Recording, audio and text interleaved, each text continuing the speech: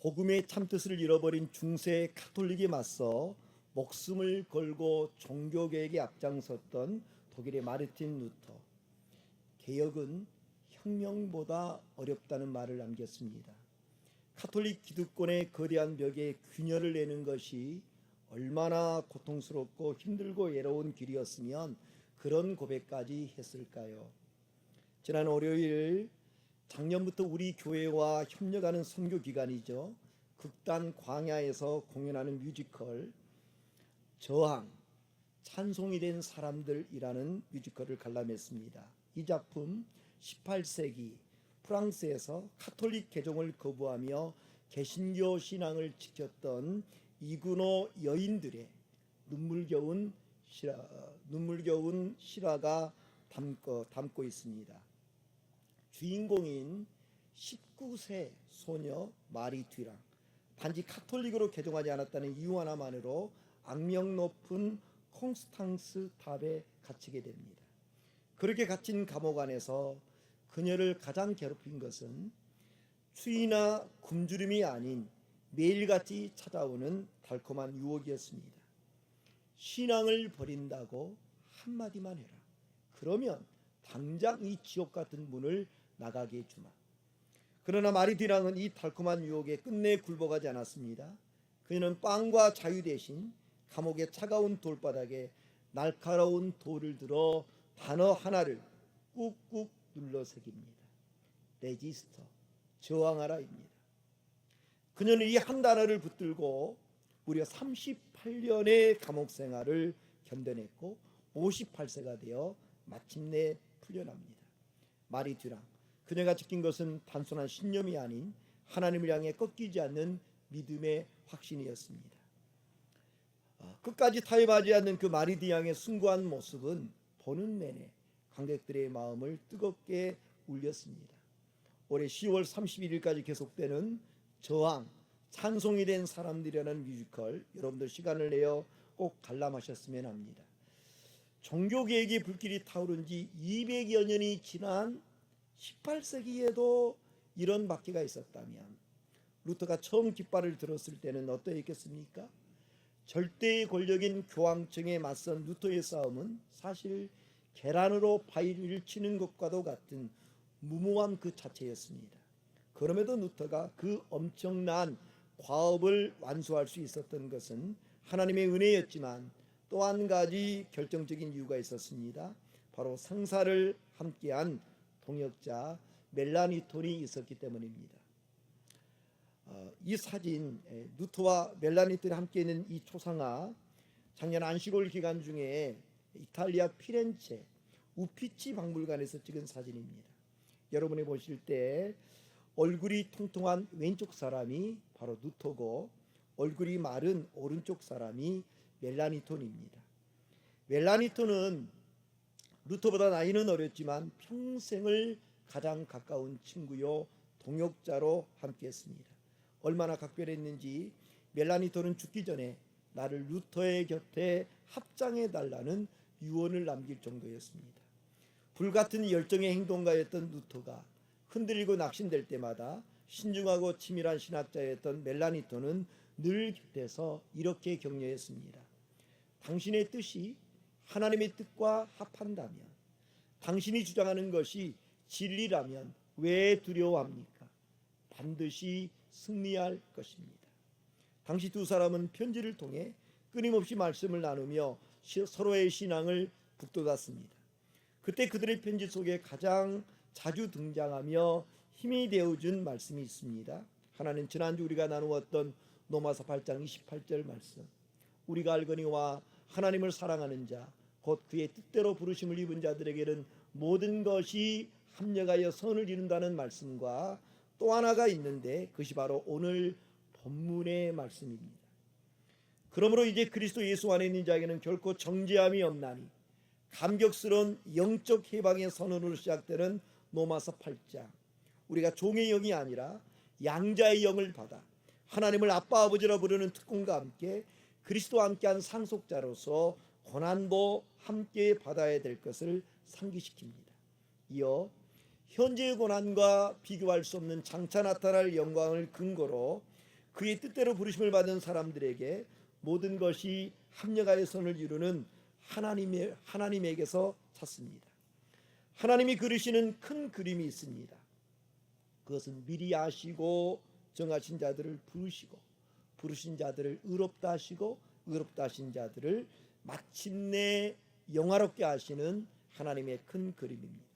그로 인해 바울이 로마교회의 성도들 향해 던진 확신 어린 질문이 있습니다. 31절을 보십시오. 그런즉 우리가 이 일에 대하여 우리가 무슨 말하리요? 만일 하나님이 우리를 이해하시면 누가 우리를 대적하리요? 여기 무슨 말 하리요라는 이 표현, 더 이상 무슨 말이 필요한가? 라는 감탄입니다. 마침내 모든 것을 합력하여 선을 이루는 하나님의 그 크고 놀라운 구원 계획을 깨닫고 보니 그만 입이 딱 벌어져서 더는 할 말이 없다는 것입니다. 그렇게 감격해 하는 바울이 던진 첫 번째 질문이 만일 하나님이 우리를 이해하시면 누가 우리를 대적하리요입니다. 누가 우리를 대적하리요? 대적할 수 있다는 말입니까? 대적할 수 없다는 말입니까? 그 누구도 감히 우리를 대적할 수 없다는 말이죠. 하나님을 사랑하는 자, 곧 그의 뜻대로 부르심을 받은 사람을 맞설 수 있는 존재는 아무도 없습니다. 생각해 보십시오. 천지 만물을 창조하신 전능하신 하나님께 감히 맞서 싸울 수 있는 자가 그 누구이겠습니까? 여기 만일 하나님이 우리를 이해하시면이라는 표현은 단순한 가능성이나 전제한 조건이 아닙니다. 이건 확실한 사실, 흔들리지 않는 진리입니다. 이는 마치 어둠이 결코 빛을 이길 수 없고 거짓이 결코 참을 이기지 못하는 것과도 같습니다. 우리를 힘들게 하는 사람, 갑작스러운 질병, 재정적인 위기, 끊임없는 사탄의 참소 여전히 계속됩니다. 그러나 온 우주의 창조자이신 하나님이 내 편이 되어 나를 지지하고 계신다면 그 어떤 대적도 결코 우리를 무너뜨릴 수 없습니다. 하나님이 우리를 이해하신다는 증거가 어디에 있습니까? 바로 바울이 제시한 확실한 증거가 32절입니다. 자기 아들을 아끼지 아니하시고 우리 모든 사람을 위하여 내주시니가 어찌 그 아들과 함께 모든 것을 우리에게 주시지 아니하겠느냐. 여기서 아끼지 아니하시고 라는 표현에 주목해야 합니다. 이 단어가 자연스레 떠올려지게 하는 구약 성경의 한 사건이 있습니다. 바로 창세기 22장, 믿음의 조상 아브라함이 자신의 사랑하는 독자 이삭을 모리아 산에서 번제물로 바치려 한 사건입니다. 아브라함이 주의 말씀에 순종하여 결박된 아들 이삭을 칼로 잡으려는 순간 하늘로부터 다급한 목소리가 들려옵니다. 그 아이에게 내 손을 대지 마라. 그에게 아무 일도 하지 마라. 내가 내 아들 내 독자까지도 내게 아끼지 아니하였으니 내가 이제야 내가 하나님을 경외하는 줄을 아노라. 이날 아브라함은 하나님이 막으심으로 사랑하는 독자 이삭을 번제로 드리지 않았지만 하나님을 향한 자신의 아낌없는 사랑이 증명되었습니다. 사도 바울은 이 창세기에 쓰여진 이 아끼지 아니했다는 단어를 그대로 가져와 주어를 아브라함에서 하나님으로 바꿉니다. 하나님은 자기 아들을 아끼지 아니하시고 우리 모든 사람을 위하여 내어 주셨습니다. 아브라함은 멈췄지만 하나님은 멈추지 않으셨습니다. 아무리 많은 돈을 준다고 한들 자식을 죽음에 내어줄 부모가 어디 있겠습니까? 그런데 하나님은 죄인된 우리를 구원하시기 위해 그 아들을 아끼지 아니하시고 죽음의 고통 속에 온전히 내어주셨습니다. 이를 근거로 바울은 말합니다. 어찌 그 아들과 함께 모든 것을 우리에게 주시지 아니하겠느냐고요. 하나님 아버지께서 가장 귀한 독생자마저 우리를 위해 아끼지 않으셨다면 다른 것을 더 말할 것도 없다는 말이죠. 하나님이 이것까지 주실까라는 의심이 듭니까? 자신의 독생자마저도 아끼지 아니하시고 우리를 위해 내어주신 하나님을 기억하십시오. 우리의 기도와 간구 때로 지체될 수는 있어도 결코 거절되지 않습니다. 누가 우리를 대적하리요라고 부른 바울이 이어던진 두 번째 질문이 있습니다. 33절 전반절입니다. 누가 능히 하나님께서 택하신 자들을 고발하리요? 사단은 아무나 건들지 않습니다. 하나님께서 택하신 자들을 건듭니다. 왜요? 자기 편이 아니기 때문입니다. 사단은 우리의 연약함을 붙들고 내가 그러고도 믿는 성도냐라고 참수합니다. 그럴 때마다 우리는 단호하게 대답할 말이 있습니다. 33절 후반절 한번 저를 따라서 고백해 보겠습니다. 의롭다 하신 이는 하나님이시니 과거의 실수로 인해 사단이 여러분을 괴롭힙니까? 자격 없다는 생각이 여러분을 짓누릅니까? 우리의 자격은 우리의 행동이 아니라 하나님의 주권적인 선택에서 나옵니다. 온 우주의 최고 재판장이신 하나님께서 무죄라고 하시는데 그 누가 감히 그 판결을 뒤집을 수 있겠습니까? 결코 없습니다. 세상 법정에서 근거 없는 고발은 대래 무고죄로 처벌받습니다. 하물며 하나님께서 친히 의롭다 하신 사람을 고발하는 사람이 어떻게 되겠습니까? 우리를 의롭다 하신 이는 자기 아들을 아끼지 아니하시고 내어주신 하나님이라는 이 사실 잊지 않아야 합니다. 누가 고발하리요? 라고 물은 바울이 이어던진 세 번째 질문이 있습니다. 34절 전반절입니다. 누가 정죄하리요? 메시지 성경은 이 구절을 누가 감히 그들에게 손가락질 할 수 있겠습니까? 라고 표현했습니다. 그의 뜻대로 부르심을 입은 사람을 그 누구도 감히 손가락질할 수 없습니다. 그 이유가 34절 후반절입니다. 죽으실 뿐 아니라 다시 살아나신 이는 그리스도 예수시니 그는 하나님 우편에 계신 자요 우리를 위하여 간구하시는 자시니라. 바울은 우리를 향한 그 어떤 정죄도 결코 통할 수 없다는 이유를 네 가지 사실을 들어서 증거했습니다. 첫 번째, 죽으실 뿐 아니라 이는 그리스도의 죽으심입니다. 법의 원칙 중에 일사부재리의 원칙이 있습니다. 한 번 처벌받은 죄로 또다시 처벌받지 않는다는 말입니다. 죄의 삭은 사망입니다. 예수님께서 우리 대신 죽으심으로 우리가 받아야 될 죄의 삭을 십자가에서 완불하셨습니다. 이미 대가가 온전히 지불되었기에 누구도 더 이상 우리에게 또다시 형벌을 요구할 수 없습니다. 두 번째, 다시 살아나신 이는 그리스도 예수시니 이는 그리스도의 부활하심입니다. 부활은 예수님의 죽음이 우리의 죄값을 완전히 지불했다는 하나님의 공인 인증서입니다. 만일 죽으신 주님이 살아나지 못하셨다면 우리의 죄 문제는 해결되지 못했을 것입니다. 그러나 주님은 부활하심으로 정죄의 권세를 영원히 깨뜨리셨습니다. 세 번째, 그는 하나님 우편에 계신 자요 이는 그리스도의 승기입니다. 하나님 우편은 우주에서 가장 높은 통치와 권세의 자리입니다. 우리를 사랑하사 자기 몸을 내어주신 예수님, 이제 온 우주의 최고의 권세의 자리에 앉아 계십니다. 가장 높은 권세자가 우리 편인데 그 아래에 어떤 세력이 감히 우리를 정죄할 수 있겠습니까? 네 번째, 우리를 위하여 간구하시는 자신이라 이는 그리스도의 중보입니다. 여기 간구하다, 이 헬라어 단어 기도한다는 의미도 있지만 변호한다는 뜻이 더 강합니다. 죽으실 뿐 아니라 다시 살아나신 예수님은 이제 하나님 우편에 앉으사 죄인된 우리를 위하여 변호하고 계십니다. 이 장면을 이 모습은 법정의 한 장면을 떠올리게 합니다. 재판장 되시는 하나님 앞에서 사단이 검사와 같이 우리의 지나간 죄를 조목조목 들추며 정죄합니다. 바로 그때 예수님께서 나셔서 우리를 위하여 친히 변호하십니다.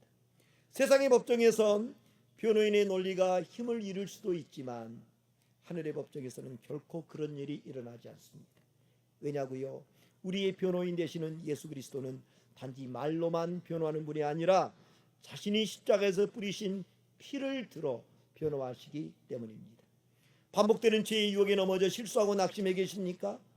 우리의 죄를 매섭게 지적하는 사단의 손가락이 아니라 하나님 우편에서 우리를 위해 변호하시는 예수님의 못 박힌 손을 보아야 합니다. 죽으시고 부활하셔서 하나님 우편에 계신 주님이 손 내밀어 우리를 변호하시는 한 그 누구도 우리를 정죄할 수 없습니다. 이는 과거가 아니라 바로 지금 이 순간 우리 삶에 흐르고 있는 현재 진행형의 은혜입니다. 누가 정죄하려라고 물은 바울이 마지막으로 던진 질문이 있습니다. 35절 전반절입니다. 누가 우리를 그리스도의 사랑에서 끊으리요? 이 마지막 질문은 앞서 바울이 던진 세 가지, 누가 우리를 대적하리요, 누가 우리를 고발하리요, 누가 정죄하리요를 모두 포괄하고 있는 질문입니다. 하나님이 우리 편이시고 예수님이 우리를 변호하신다면 우리 인생은 늘 꽃길만 걸어야 될 것 같습니다. 그러나 우리가 직면하는 삶의 현실은 어떠합니까? 35절 후반절입니다. 환난이나 권고나 박해나 기근이나 적신이나 위험이나 칼이랴. 바울이 나열한 이 7가지 단어, 문학적인 수사적 비유가 아닙니다. 그것은 바울의 몸에 새겨진 흔적이자 초대교회 성도들이 매일의 일상에서 마주해야 했던 힘겨운 삶의 현실이었습니다. 환난, 맷돌이 곡식을 으깨듯 외부에서 가해지는 강한 압박을 의미합니다. 권고, 좁은 공간이라는 뜻으로 사방이 벽으로 막혀 도망갈 곳이 없는 막막함, 마치 숨이 막힐 듯한 영적인 폐쇄 공포증을 의미합니다. 박해, 믿음 때문에 거절당하는 아픔을, 기근과 적신, 생존의 기본권마저 박탈당한 상황을, 마지막으로 위험과 칼, 언제 어디서 닥칠지 모르는 불안과 마침내 마주하게 될 죽음의 공포를 의미합니다. 바울은 이어지는 36절에서 시편 44편 22절의 말씀을 인용하여 그 고난의 현장이 얼마나 처절한지를 더욱 생생하게 묘사했습니다. 우리가 종일 주를 위하여 죽임을 당하게 되며 도살당할 양같이 여김을 받았나이다. 도살장으로 끌려가는 양을 본 적이 있습니까? 죽음의 공포가 짓누르는 그곳에서 양들은 그 어떤 저항도 하지 못합니다.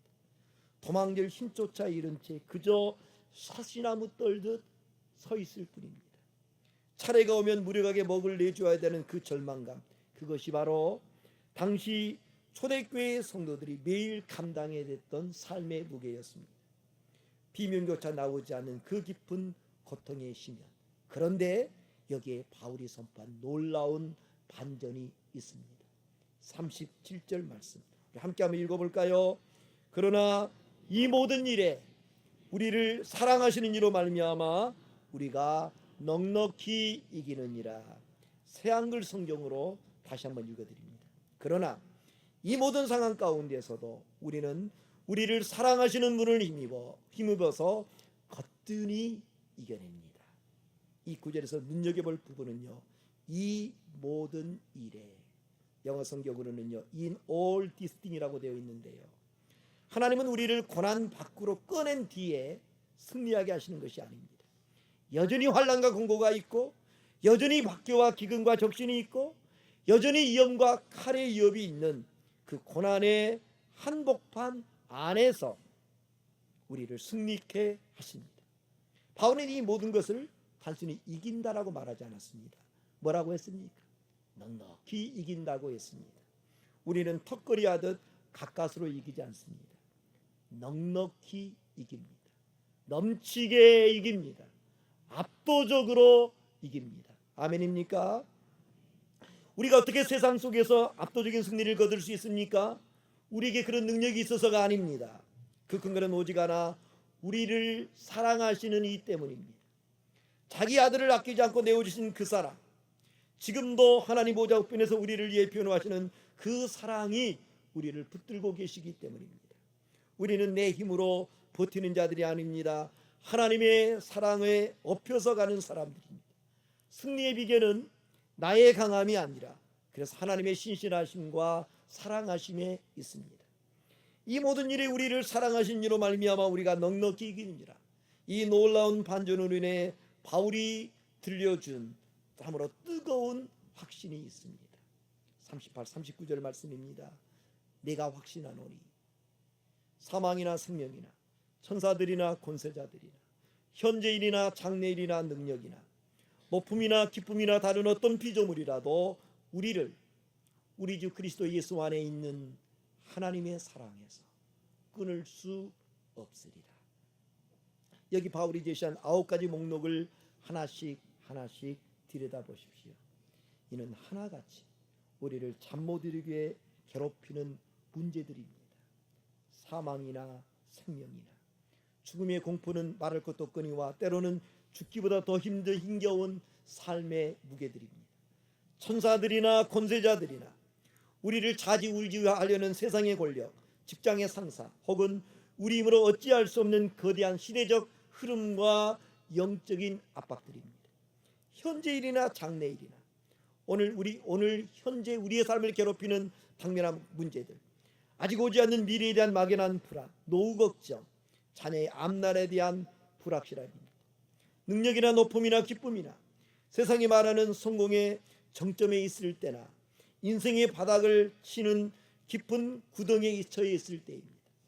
그리고 마지막 다른 어떤 피조물이라도 혹 여기에 언급되지 않는 다른 어떤 것을 가리킵니다.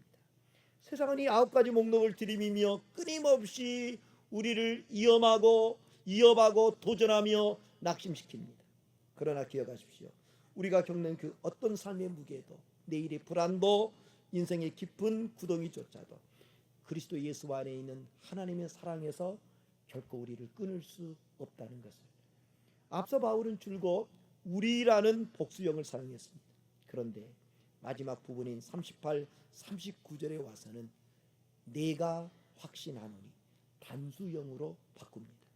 이는 단순한 문체의 변화가 아닙니다. 자신이 삶으로 실제 경험한 사실을 고백하고 있다는 것입니다. 다메섹 도상에서 부활하신 주님을 만나 사도로 부르심을 받은 이후 바울은 말로 다 할 수 없는 고난과 시험을 겪었습니다. 그러나 이 모든 고난과 시험 속에서 바울이 분명히 깨달은 사실이 있습니다. 그 어떤 것도 그 누구도 자신을 우리 주 그리스도 예수 안에 있는 하나님의 사랑에서 끊을 수 없다는 확고한 믿음의 확신입니다.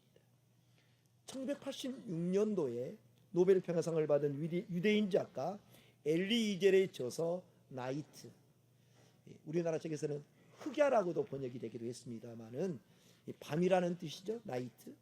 저자 자신이 10대의 유대인 포로 수행소에서 겪은 참혹한 실화 한 토막이 나옵니다. 당시 수용소를 지키는 나치 군인들은 포로들의 탈출을 막기 위해 누군가 탈출하면 남은 이들 중에 그 숫자만큼 무작위로 처형하는 악랄한 규칙을 세웠습니다. 어느 날 3명의 유대인이 탈출했고 그로 인해 나치 군인들이 모든 포로들을 운동장에 모으는 것으로 그 끔찍한 규칙이 시행됩니다. 포로 중에 3명을 무작위로 선택해서 때리고 고문한 후에 교수형에 처하려 합니다. 그렇게 그날 선택된 3명 중에 2명은 성인 남자였고 다른 1명은 그 수용소 안에서 슬픈 눈을 가진 천사로 불리는 한 어린 소년이었습니다. 그 어린 소년이 몸매달리기 직전 엘리이젤 뒤에 있던 누군가가 속삭였습니다. 하나님은 어디 계신가? 매달린 2 남자는 곧 죽었습니다. 그러나 몸무게가 가벼웠던 그 어린 소년은 매달린 지 30번이 훨씬 지나가는데도 숨이 끊어지지 않아 고통당했습니다. 그 끔찍한 광경을 눈앞에서 지켜보아야 했던 유대인 포로들의 마음이 어떠했겠습니까? 그리고 마침내 매달려 바둥거리던 그 어린 소년이 숨을 거두었을 때 나치 군인들은요 모든 유대인 포로들을 한 명 한 명씩 그 교수대 앞을 지나가게 하며 매달려 죽은 사람들을 바라보게 했습니다. 숨이 막힐 듯한 그 고통의 순간 엘리이젤 뒤에서 이전과 동일한 목소리가 또다시 속삭였습니다. 하나님은 어디 계신가? 그 순간의 경험을 엘리이젤은 책에 이렇게 적었습니다. 그때 나는 내 안에서 그에게 대답하는 한 목소리를 들었다. 하나님이 어디 계시냐고? 바로 여기. 하나님은 이 교수대에 이들과 같이 목매달려 계시다. 앞서 누가 우리를 그리스도의 사랑에서 끊으리요? 환난이나 공고나 박해나 기근이나 적신이나 위험이나 칼이. 처절한 현실을 열겠던 바울이 곧바로 곧이어 이 모든 일이 우리를 사랑하신 이로 말미암아 넉넉히 이기는 이라고 담대하게 반전을 선포할 수 있었던 이유, 다른 데 있지 않습니다. 사망이나 생명이나 천사들이나 권세자들이나 현재일이나 장래일이나 능력이나 높음이나 기쁨이나 다른 어떤 피조물이라도 우리를 우리 주 그리스도 예수 안에 있는 하나님에서 사랑해서 끊을 수 없으리라. 이 누구도 그 무엇도 흔들 수 없는 믿음의 확신이 바울 영혼 깊숙이 뿌리박혀 있었기 때문입니다. 때로 우리 눈에 하나님의 사랑이 실패한 것처럼 보일 때가 있습니다. 2000년 전 예수님이 십자가에 못 박혀 무기력하게 돌아가셨을 때 세상 사람들은 하나님의 사랑이 실패했다고 비웃었습니다. 그러나 그리스도 예수 안에 있는 하나님의 사랑 결코 실패하지 않았습니다. 그 사랑이 실패했다면 오늘 우리는 없습니다. 그리스도 예수 안에 있는 하나님의 사랑이 실패하지 않았기에 나 같은 죄인이 용서함을 받아 하나님을 아바 아버지라고 부르게 된 것입니다. 세상을 굴복시키는 것은 총칼의 위협이 아니라 사랑의 울림입니다. 무력은 일시적인 복종을 끌어내지만 사랑은 영원한 승리를 가져옵니다. 한 비행기 추락 사고에서 블랙박스가 발견되었는데 거기에는 기체가 통제불능 상태에서 모든 승객들이 아비규환의 죽음의 공포를 떨고 있을 때 조종사가 남긴 마지막 교신이 남아 있었습니다.